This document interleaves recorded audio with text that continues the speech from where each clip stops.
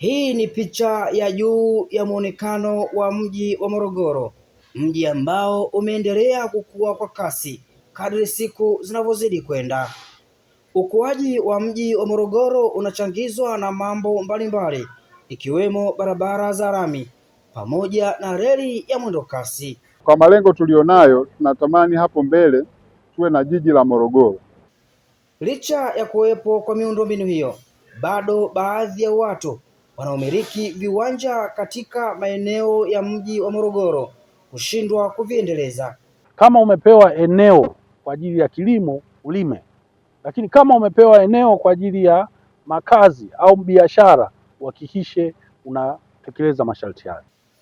Ni nini hasa kinaweza kukupata endapo utashindwa kuendeleza ardhi yako kama miliki yako inavyoelekeza? Kutoendeleza na kutokulipa kodi ni sababu tosha ya serikali kuweza kuamua kukufutia miliki ya shamba lako au kukufutia miliki ya ardhi yako unaomiliki. Kamishna wa ardhi msaidizi mkoa wa Morogoro anaongoza timu ya wataalamu kutembelea kwenye majengo pamoja na viwanja ambavyo havijalipiwa pamoja na kushindwa kuendelezwa. Kwa mkoa wa Morogoro tumepewa lengo la kukusanya bilioni 11.8, lakini hadi sasa hivi tumeweza kukusanya bilioni 6.2.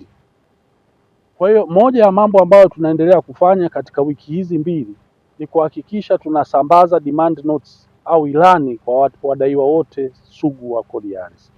Lakini pamoja na hilo tayari kuna wananchi 210 ambao tayari tumeshawapeleka mahakamani na mahakama imetoa maamuzi kwamba wananchi hao mali zao zinahadishwe ili kuweza kufidia deni la kodi ambalo wanadaiwa. Zaidi ya hapo, tunapenda tena kuwakumbusha wananchi kwamba wakipewa maeneo wahakikishe kutekeleza masharti ya uendelezaji na ulipaji wa kodi.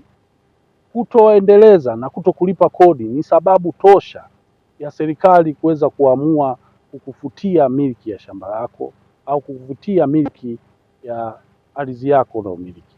Mathalani hapa ambapo ni eneo lilikuwa lina thamani sana, liko karibu na reli, lakini watu kuanzia wapewe wana miaka zaidi ya 30 lakini hawajaendeleza na madai. Kwa mfano kama huyu anadaiwa kodi milioni 18 kuanzia mwaka 97, hajaendeleza eneo lake, lakini pamoja na kutoendeleza eneo lake hajalipa kodi.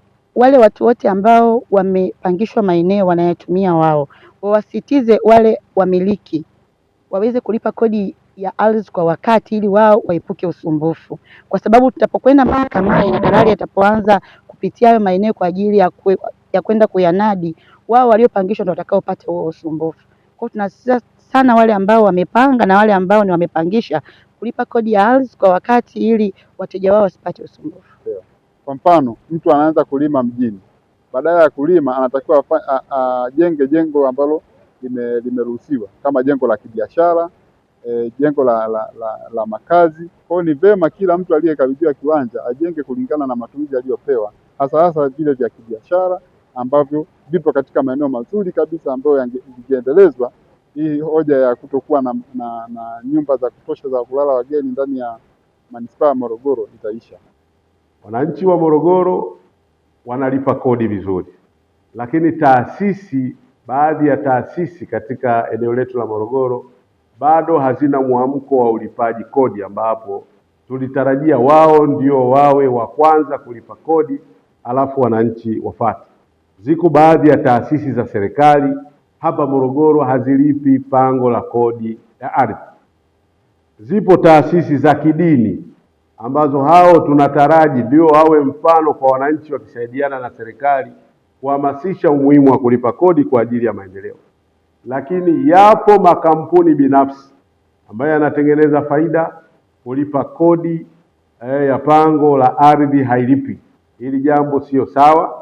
Tuwe na utaratibu wa kulipa kodi kwenye maeneo yetu ili kuchochea maendeleo katika maeneo yetu.